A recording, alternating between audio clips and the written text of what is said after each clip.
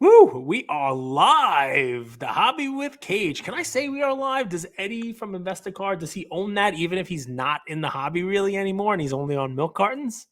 Um, yeah, I've been seeing those posts everywhere. We are live. I mean, I'm live again. There we go. We're recording, but listen, we are, I was 41, 42, 55, hike. I don't know how many episodes this is. It's a lot. And I got 528 collectibles hanging out. We've flirted with, coming on the show, hanging out. I see you at local Yeah. card shows. I see you at Hofstra. And I'm glad to finally sit down and chat with you, man. You're like one of the hardest working guys I know. Welcome. It's been over a year we've been trying to set this up. You've So been waiting in the green room the whole time. Look at I've this. been What's waiting going on the with the green here? whole time. I painted through myself. Is that like a green curtain to match the paint? That's pretty impressive. Well, yeah, we got the green curtain It because blocks the door. See, I just have a view of a brick wall. So that's it. You know, I mean, it's just, just it's a nice brick wall, though. Whoever did that did a great job. So I'm going to let the listeners and you in on a secret. Yes. This is my fireplace. That's not a big secret to most people because, when I'm doing a solo episode, you can kind of see that it's a fireplace. But here's the secret. Like everything else in the hobby, it's a fugazi, right? It looks nice, right? But when I bought this house, it was a white stucco fireplace. I had that in my old house. And in like a day, we were like, we can't look at this. So we actually brick faced over the white stucco. Like vinyl, like a panel? Not vinyl. It's instead of like a full size brick, it's about, like a brick veneer. It's brick. Like a piece of sheetrock that looks like brick. So it's brick, but it's like the face of brick. You know what I mean? It's like they just brick faced it over. It's like, instead of putting in a new tooth, it's putting in a veneer, make it look real nice. It's a veneer. Wow. I had the same thing when I lived in Westbury. We had the same white stucco fireplace, and I glued sheetrock over it because I couldn't look at it either. It was I'm sure that looks nice too. No, I mean, it didn't have, like a hearth. It had like tiles. So we put a little bluestone. That's real on there. I mean, what's funny is it probably costs the same to do this as it would have to knock the whole thing down and just do like a full-on brick. So it is what it is. I like it. It looks all right. It's beautiful. The time. 20 years it's been up there. So it's, it's doing all right. But now the listeners know everything is fake. It's like your name. I mean, that was another. The funniest thing. So two things. One, we're at the national. We're at the East Coast National, Hofstra. I don't even remember where it was. And you tell my wife, "Whoa, do you know his real name?" Oh, that's funny stuff. Listen, let's get on you because these, people who are listening and watching, they hear from my dumb ass all the time. What's going on with 528? Tell folks a little bit about you, where they can find you, what you're doing, and then we can talk about kind of like your prep for the national and that kind of stuff. So just give kind of like the, the 30-second of who are you? Well, 528, it's me and my brothers and my brother-in-law. We run a hobby shop in Locust Valley, New York. We break every night on drip.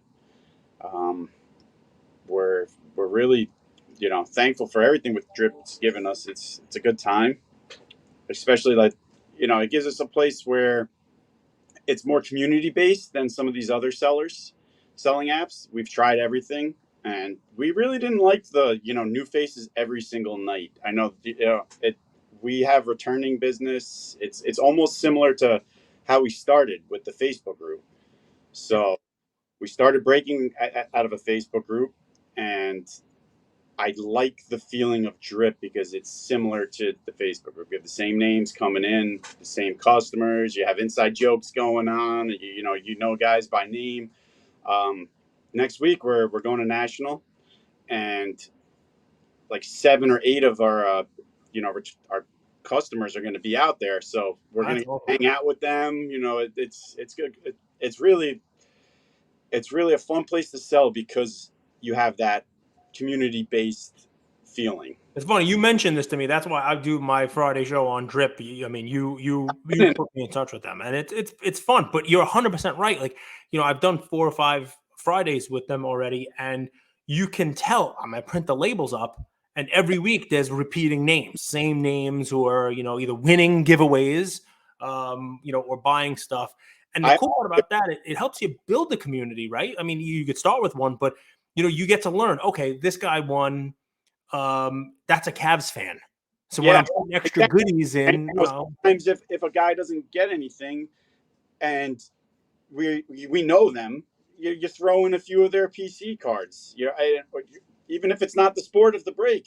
This guy's a Lions fan, but he had the Pistons, didn't hit anything, and we have a bunch of Lions cards that we know he would like. We throw them in there. It's really it's a fun time. it's an interesting thing, right? So, I mean, I'll talk to you about breaking because obviously it's part of being a new store, right? It's part of being a store these days. You kind of almost have to break. Um, there is, like everything else, there's multiple ways of doing things. There's volume business. You don't need to know your customer, your Walmart, your Costco. You're just gonna Mhm. churn. You're gonna get as much product in, as much product out the door. Then there's a mom and pop way of doing it. And what's funny is what you kind of just pointed out is a benefit to a consumer for a mom and pop or a more local, customer centric, not just, repetitive. Come in, buy your spot, you get what you get, and I ship it Right. out to you. You're able to, with that community, with the folks, you're able to kind of tailor the experience for these folks, right? You're able to say, all right, you know what? Not everybody's going to get a win. As a matter of fact, in breaking, I think if we're being honest, most people don't Right. win in breaking, but if you know your customer, the same way the local pizzeria might throw in garlic knots to someone who they know usually orders So garlic knots, or a bottle of soda and they know, okay, get me the Diet Coke or the Coke we're Zero. just New Yorkers. I guarantee that doesn't happen everywhere in around this country. But But I mean, I thought, Domino's isn't doing that, right? They're going to give you your order, they're going to get it to you yeah, fast, right? Domino's, And Papa John's, all of them. We're here giving shout outs, but no, but I mean, I'm making the comparison here. I don't know whether or not, and look, I wish you all the luck in the world, but I don't know whether or not you'll ever do as much breaking volume as, say, backyard breaks, well, we're right? not looking to do that much. This is this is a part time job for me and my brothers and everybody in here, and we're having fun with it. So we've always been in the hobby, and that's kind of how we started. It was we took our childhood collection that somehow became all of our collections, even if it wasn't. I don't remember having certain cards, and I remember having some, and I'm like, so we just instead of fighting it out, we just said, all right, let's just take the collection and see where it goes, and here we are. We own a store where we break to just because we expands our community. Yep. Obviously we have people come in the store, same customers, same community feeling. We try to emulate while we break, and we're not trying to do the factory breaking. We're trying to really just be a staple in this community. I guess it's important to kind of, hit that, right? Because I don't know, are you afraid of, anything you see writing on the wall? I'll elaborate, right? Because that's a pretty, are you afraid? I'm afraid of like snake clowns and, Yeah.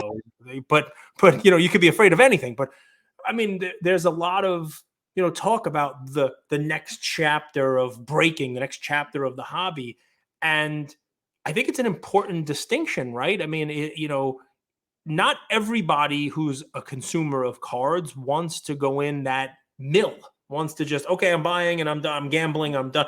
Some people do enjoy that more local feel, right? That more like this guy knows who I like. There's going to be, I mean, I'm Right. hopeful that the people who are making the products and who run the distribution, insert Fanatics, Panini, whoever else in here, understand that there are those two paths for consumers and don't just kind of like, forget the local business, right? Right. I am. I mean, if the writing is on the wall, I think it's gonna listen.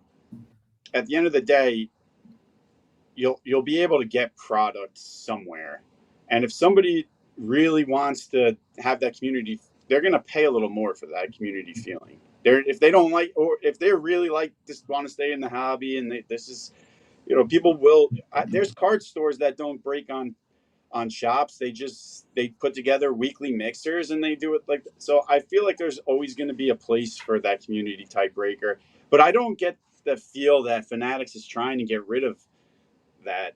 I kind of feel like they're really trying to figure out and understand what's working. They do a lot of emails. They ask you a lot of opinions, and Yeah, they're trying to come push the trade nights, which are Mhm. great. We're gonna host one here in the future, but it doesn't seem like they're trying to get rid of the community. They're trying to just make it better, and that's just my writing on the wall. I could be completely No, blind. but I mean, listen, you are sort of like a hybrid. I mean, maybe I the people who are afraid expect are, that. yeah. I mean, maybe the people who are afraid are the shop owners who don't have any appetite for doing breaks online at all. They don't have any appetite for doing trade nights. They're the ones who are very well versed in dealer net.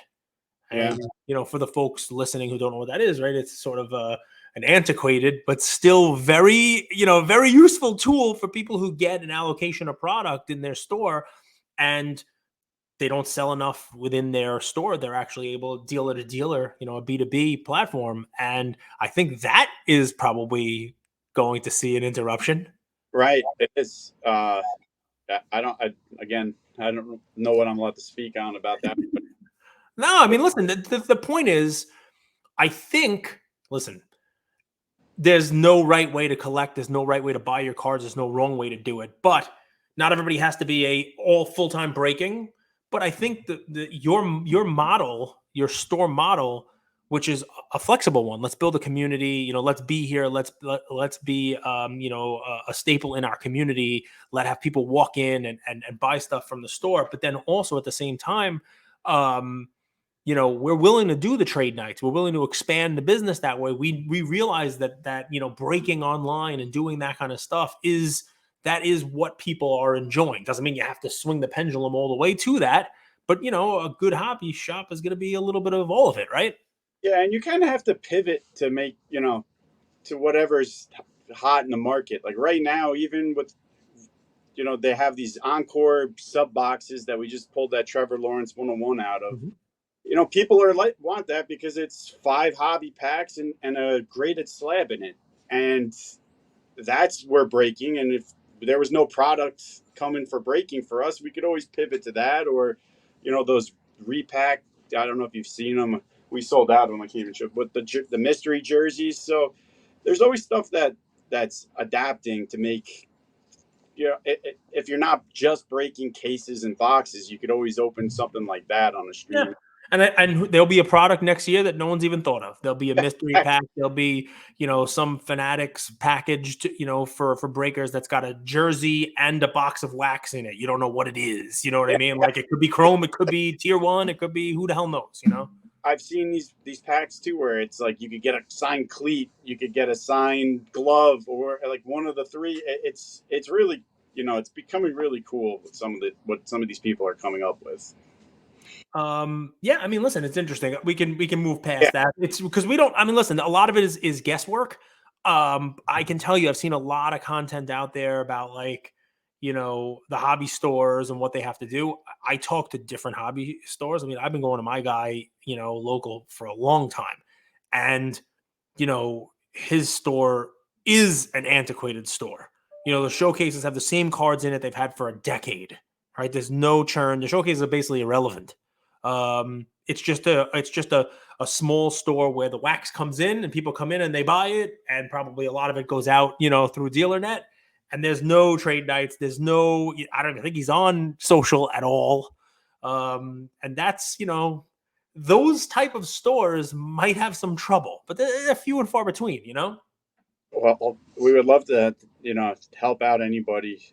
Hopefully I'll tell them. we tell them we're all in this together as store owners. So let them know if we could help them adapt or partner in some way. It's Doing funny to see where it's gone, right?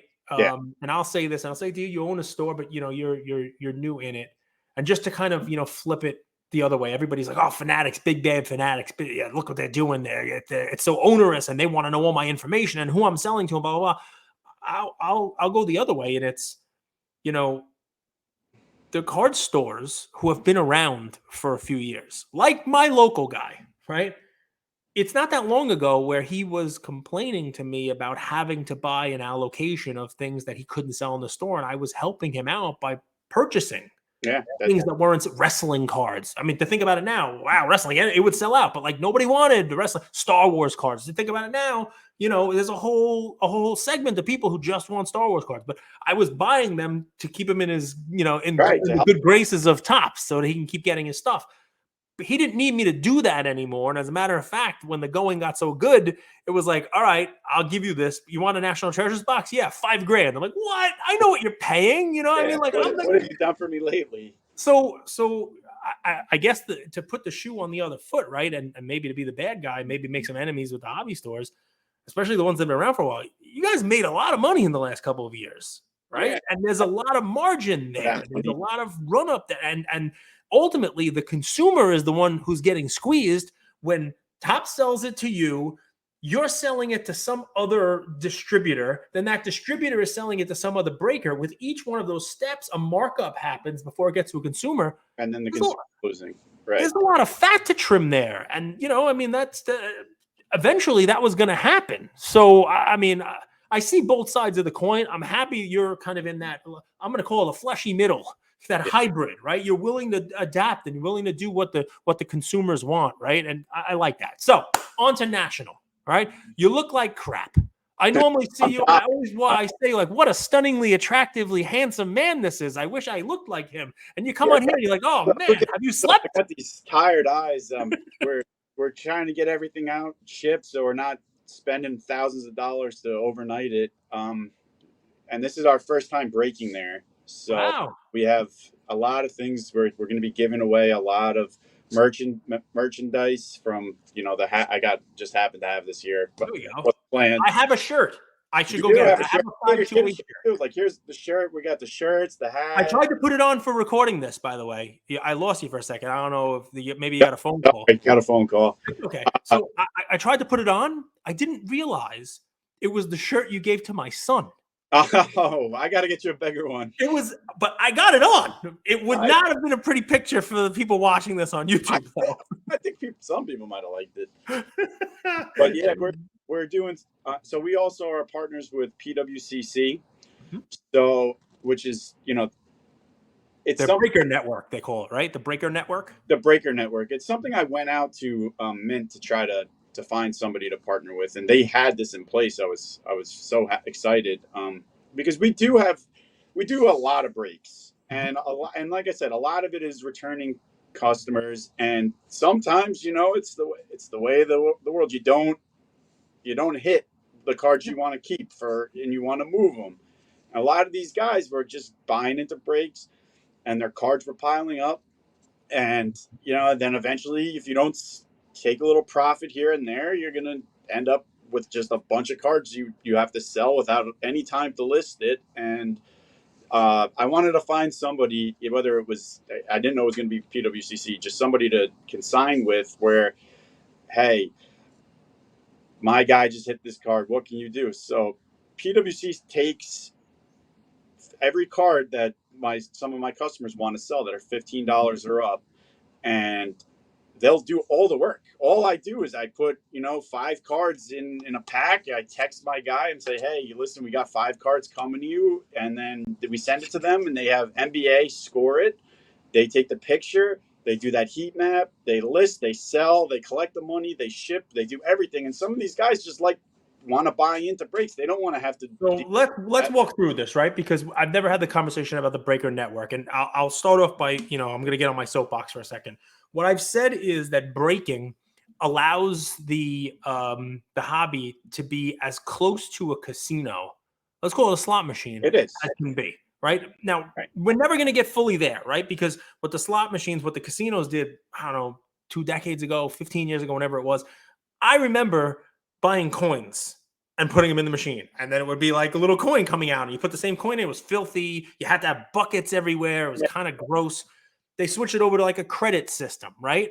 So it's a credit system. I don't know if we can actually get there because we're not, putting in the same credits that we're getting out, right? Like in a slot machine, you put in $100, you get out $50, or you get out $30, or hopefully you get out $120. In the breaking slot machine, someone puts $100 in, cards come out the bottom. Yes, right. Cards you cannot pay the bill with. You can't insert those cards back in and say, all right, I got $60 worth of cards. At least not yet. No one's figured a way to do this. But there'll probably be breakers who will do that pretty soon. Like, oh, you want this guy? Like, we like that card. You want some credit? We'll take the card. Or Yeah, I mean, not as formal, but even that, right? So what you're saying is people can get $60 worth of cards out. They're continue break. You then, what do? You keep track. Okay, this is breaker A's cards, and you send them to PWC. So sometimes, like some people, I've had some customers that I have their cell phone numbers, and we have one customer that just enjoys the action.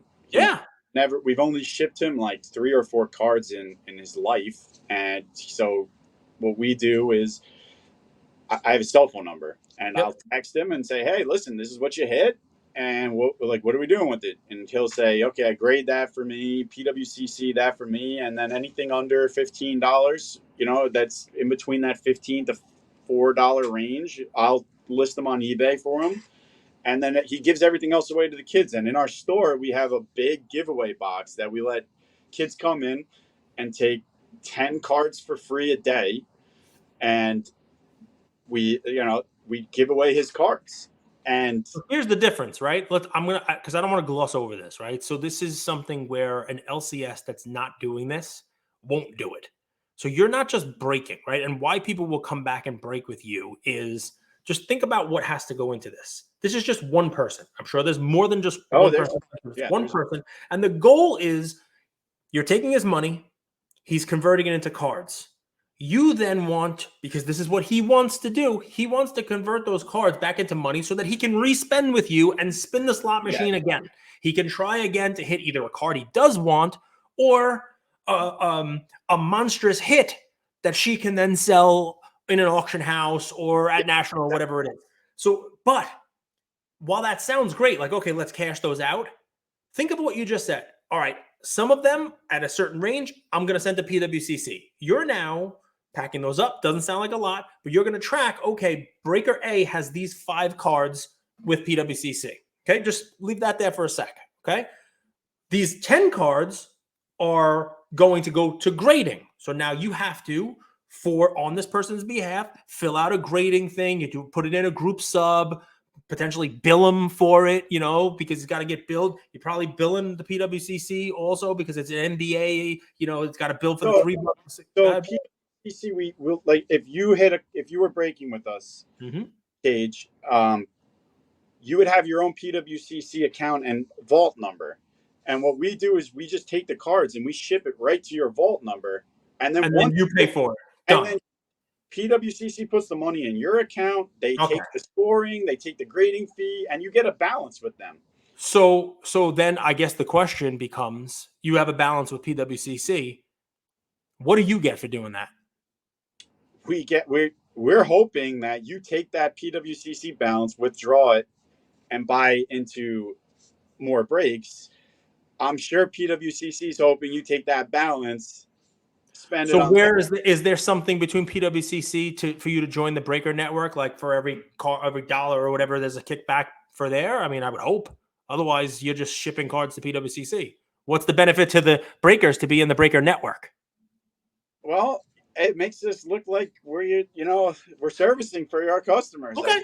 Right. So, because if you don't do it, somebody else will. Fine. Sometimes that's enough. It also gives me, listen, we get a lot of people that come in with collections all the time. If I would, and I hate turning away there's only a certain amount of money I have that I could buy out collections and then sell them. And this also gives me a way. So like somebody comes into my store and they have a bunch of $15 cards and I don't want to lay out the money at that moment. We could just say, listen, make a PWCC account. We could ship you the cards. Money goes right to you. It never exchanges hands with me. And it's a way to liquidate, right? And you're not telling a customer no, and they're able to just cash out with whatever it's going to sell for on auction. I get it. I understand. I guess the question becomes, if the goal here is for that player to continue sitting at your slot machine, right? The money is now leaving the casino and going to somebody else, and you're kind of hoping that they come back because of the stuff that you're doing for them. And I'm sure they do, because obviously, they never even see the cards. Right. Then that's the There's grading. of trust too when when it's a success and you get your money back and it's like, oh, that like Mike did that, like five. Right. Wait, they did this. This is great. Like Yep. if I'm going anywhere, I'm going there. And eBay, you're doing the small stuff to eBay for them, right? So I mean, they Also, know that the eBay sales usually balance out to like what we, especially like on an average, yeah, we pay people out on eBay, but usually like the cards they send to get graded for their own PC, Mhm. we usually take that money from eBay and it adds up to the amount of the grading costs. That So they over. it So, kind but of, think about what you're doing. I mean, you want to talk about the difference, right, between a hobby store 10 years ago and a hobby store now. Not only are you breaking and doing trade nights, but when you break, the breaking is just the front end. That's the tip of the iceberg that people see, the whole show, the pomp and circumstance. Look what we pulled. Hey, bang, yeah, boom. Look what it, we got. We got a base card of De'Aaron Fox. Whoa, boom. So, the not only the excitement and the time spent on camera breaking it, but the behind the scenes, right? The part of the iceberg that people don't see below the customer service that goes into this. You're routing cards for people all yeah, the place. You're tracking how much the grading cost was, and then offsetting what their eBay sales to the grading cost. It's a lot. but it's a lot of fun too. So I can't complain. It's and You we're can, but you're not, which is good. well because listen, I worked in a I ran a factory. I still do it. Um, for 14 years, and that was this is so much more. I get to like I'm dealing with customers that like what I like. So I listen. It's work. Uh, is it But it's fun. stressful sometimes? Yes, but I have these kids too that are into the hobby, and I come in and I employ them, and like the more and more we do, the more and more we hire, and it feeds into the whole brand. And the cool breaking part that I glossed over, and I'll let you hit on because I'm sure you do some fun stuff with it and other stuff, is these breakers who are now your recidivists, the folks who are back every night or every time Yeah, you're breaking, and they're sending this level of cards to PWCC, these to grading, these are going to eBay. There's another tranche of cards, another basket of cards that you keep, and you get to make giveaways. You get to have kids are going to come in the right. store. Maybe you'll do a kids trade night, or maybe you'll have stuff to give away. Talk about that, because listen, we talked about like the cookie cutter dominoes, the whole deal. I think about it more like heroes when it comes to kids and hobby stores. There's the Tony Stark Iron Man who's off saving the planet, but then there's also your neighborhood Spider-Man, right? Right. And you have to kind of be both. So talk to me about what you're doing in your neighborhood as a card store with the kids in the community. So we have that giveaway box where the kids come in. We give away the shirts too, but we also donate with those giveaway cards. We make packs, and we've given them out to the YMCA summer camps. We did like 500 packs there. We I've seen do. you give them away at shows. We definitely give away at shows. Those same packs. We make those packs. We give them away. I think we've given away for the local camps about 1,200 packs in the last like 2 months. Um, we don't like we donate a lot of stuff to the local charities around here too. We participate. I know it's a golf. Some of them are golf events, but we participate in all of those. We, we employ some of the kids that come in that wanted to do like a high school job. We let them come in and we let them be part of this, and it's really exciting. And so we do that, and then now we're going to start to the breaking and this whole PWCC and operation is just getting too big for this store. Hmm. So as of August 1st, we're moving the actual breaking operation out of the store and into an office, Wow. and so we could have room to do the PSA submissions. And the assembly line, basically, right? I mean, Exactly. And then we're going to convert the other half of the store that used to be breaking into, like a hangout area where we can, host events. And, it's a lot of parents have been like, hey, can you do a birthday party? And I'm like, you know what? We probably, should look into that. So cool that, idea. that's how we're trying to get ourselves into there's probably more, we didn't, like we said in the beginning, we didn't plan any of this out. This is all organic. I definitely am missing a few other things that we do, but we try to do as much. I sponsor all the local leagues. We just did the local baseball team, but on For the those spot, listening, what's off my 528? head, Where'd the numbers come from? they're my kids' birthdays: December 5th, September 20th and October 28th. There we go. So So not an area code, it's not a zip code, but this was never when we started. It was just supposed to be like a fun that me and my brothers did, and I was doing all the work at that point. And then it started to snowball, and I said, "Guys, we should probably do this." And we all just it went and it turned into this whole operation. are they having as much fun as you?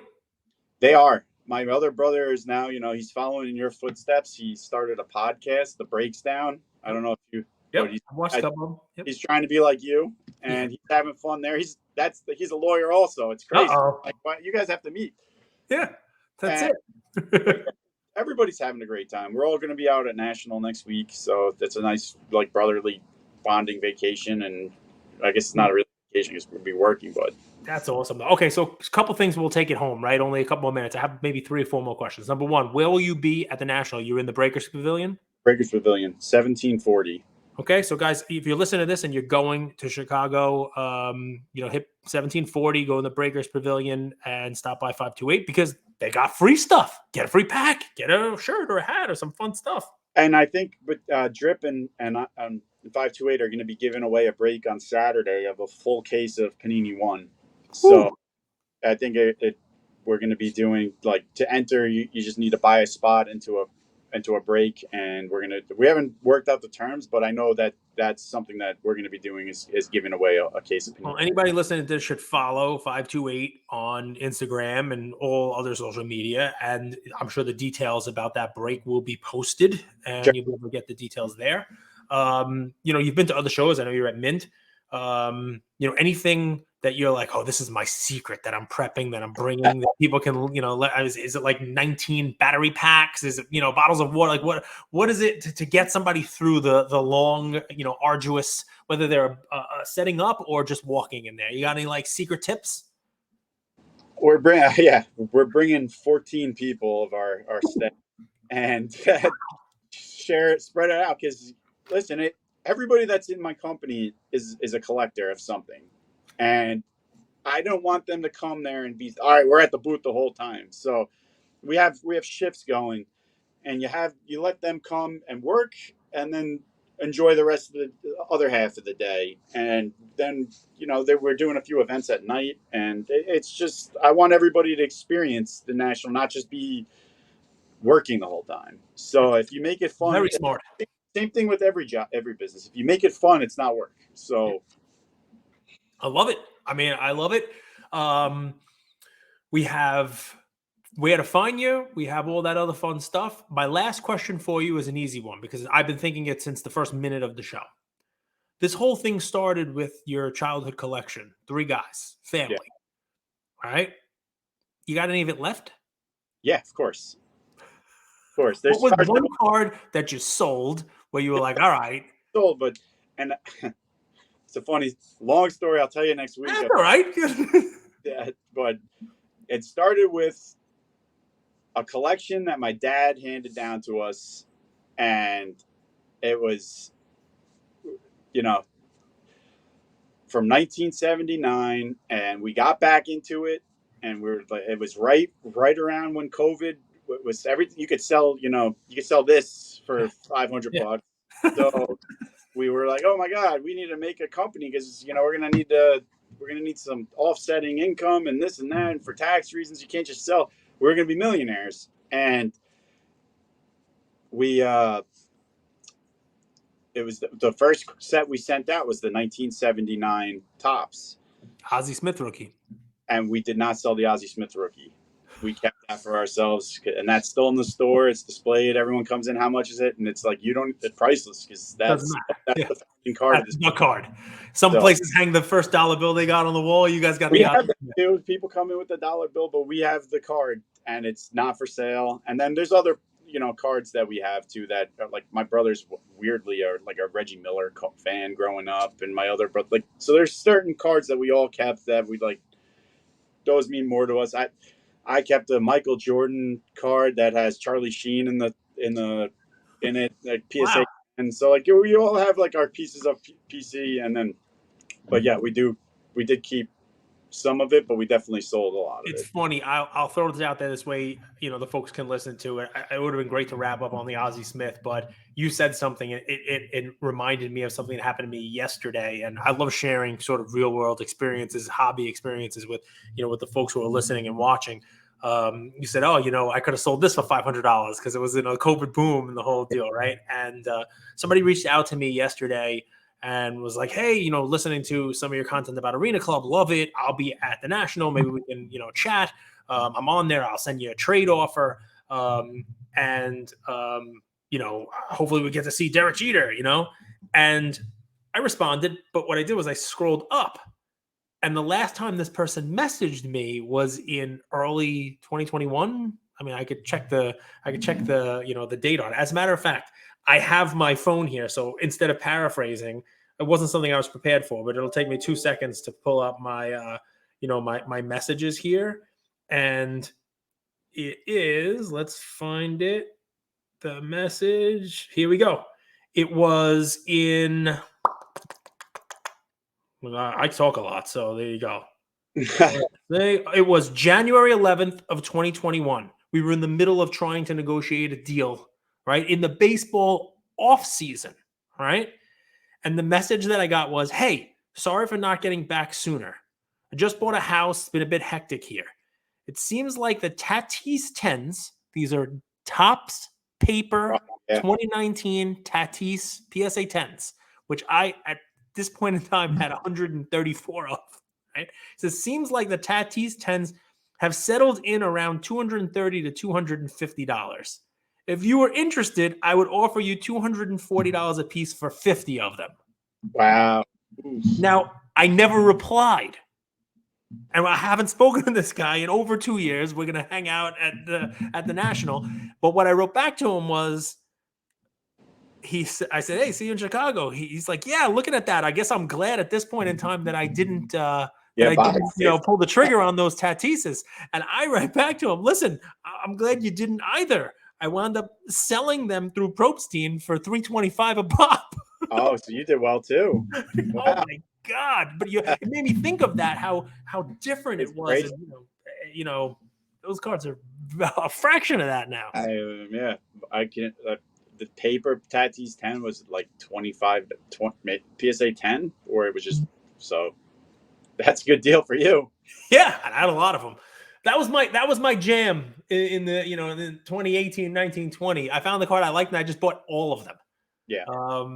Strategy. If you like them, collect Pete them. Alonso's tops, they were like 18 to $20, and I just went on eBay and bought every one that there was until you couldn't buy one for less than 50.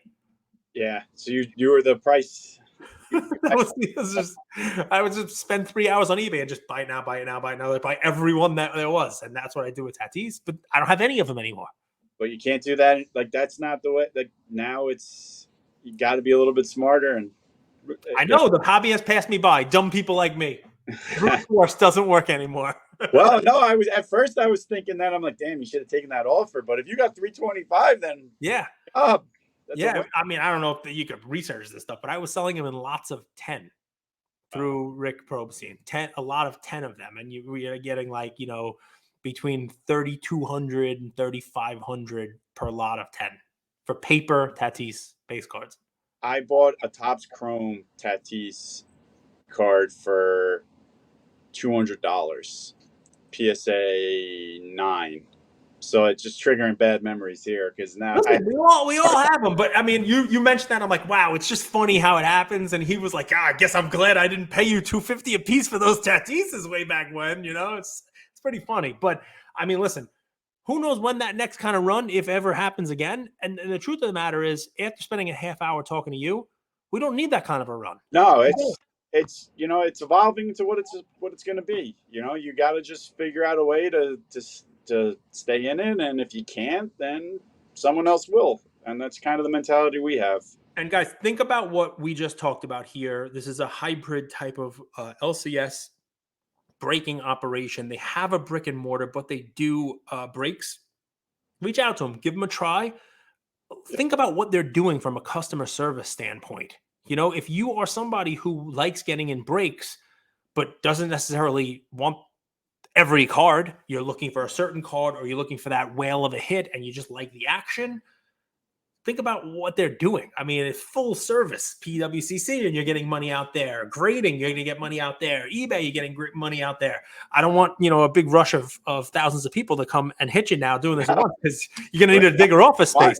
We'll take it. You need a bigger boat. Yeah, we'll move in. We'll move in with you when we, Yeah, sure. But I have a 14-year-old daughter, and there's a boyfriend I'm hearing rumblings of here at 14, and the house is already too small. There's no house big enough for that. Yeah, I got 3 boys, so I'm sure my wife will share the same opinion as you. But it's a lot of fun. But listen, I love having you on. It was a little longer episode today, but we had a lot to talk about, and I enjoy kind of peeling the layer back and hearing about what goes into this, and still hearing you talk about how after all of the work that you're doing it all with a smile, right? I mean, it's a labor of love is what they call it, right? So I'm happy to have you on. Tell folks just one time where they can find you on all social platforms and the whole deal. At 528 Collectibles. It's pretty simple, or it's just pretty standard. Our Instagram, Facebook, everything at 528 Collectibles. 528 Collectibles, guys. Thank you. Thanks, Cage.